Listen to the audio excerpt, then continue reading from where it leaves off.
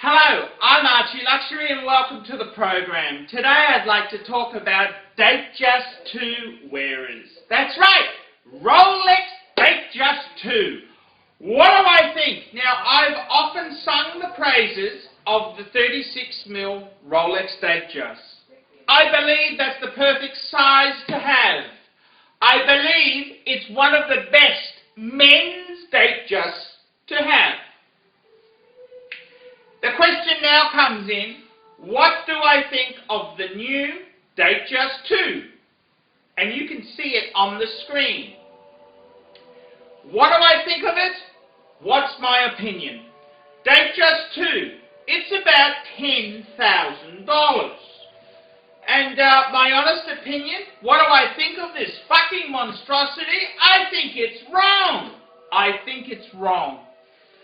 I don't think a men's classical dress watch should be this size.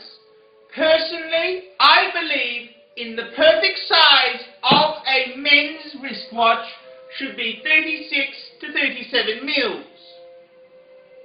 Hence the reason I wear a 14790 ST Audemars Piguet Royal Oak instead of the 15300 39mm. I don't think it's appropriate. I don't think it's appropriate. DateJust 2, who's the demographic? It belongs to successful pub owners. That's right, it belongs to successful pub owners, and it's a geezer's watch. It rates up there with the Rolex, Submariner, the Breitling, any Breitling blingy things. It's a successful publican's watch. And I've met some rather unsavoury people in my time, and I can tell you they have aspirations of buying Rolex DateJust 2. And I've got to say, in all honesty, I love the classic 36mm DateJust. It is one of the most beautiful watches on the planet. However, DateJust 2 does not fit that criteria. Now, I'm sorry, okay? I'm sorry, okay? DateJust 2, it's the sort of thing successful publicans would wear. That's people who own bottle shops, who make misery out of alcoholics and other people's pain and suffering. And I just don't think DateJust 2 is really the watch that people should aspire to. I had an interesting comment came through to me the other day.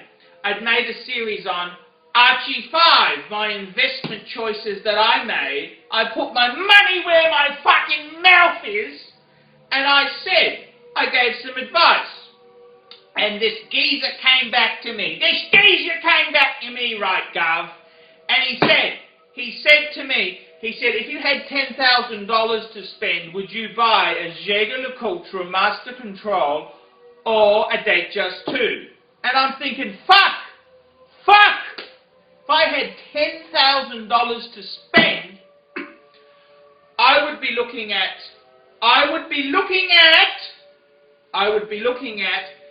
getting a few classic pieces.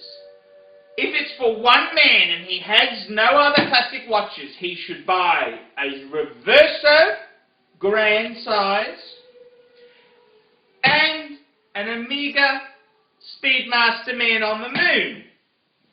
And if he's got a little bit left over there, a classic DateJust. There are 3 steel stunners that he can go through life with. I wouldn't spend 10 on a fucking DateJust 2. It's so morally wrong. And I tell you now, DateJust 2, it's a Spivs watch. Spivs wear DateJust 2. And I think it's just wrong. Overweight, middle-aged Spivs wear DateJust 2. That's the sort of watch it is. It doesn't attract a good demographic. They're punters, Governor. They're the sort of guys who you don't borrow money from. They are the ones who... God, now, open the fucking door! They're the ones who, rather nastily, collect money you owe them with baseball bats and other nasty fucking things. And this is the whole thing. If you've got $10,000 to spend, I'd be looking at fucking getting a Patek manual wine second hand. That's what I'd be looking at.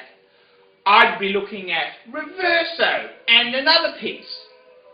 I would be looking at, for $10,000, how about you get a Breguet Type 20, and you also, in the other hand, get something really sexy, like a Submariner.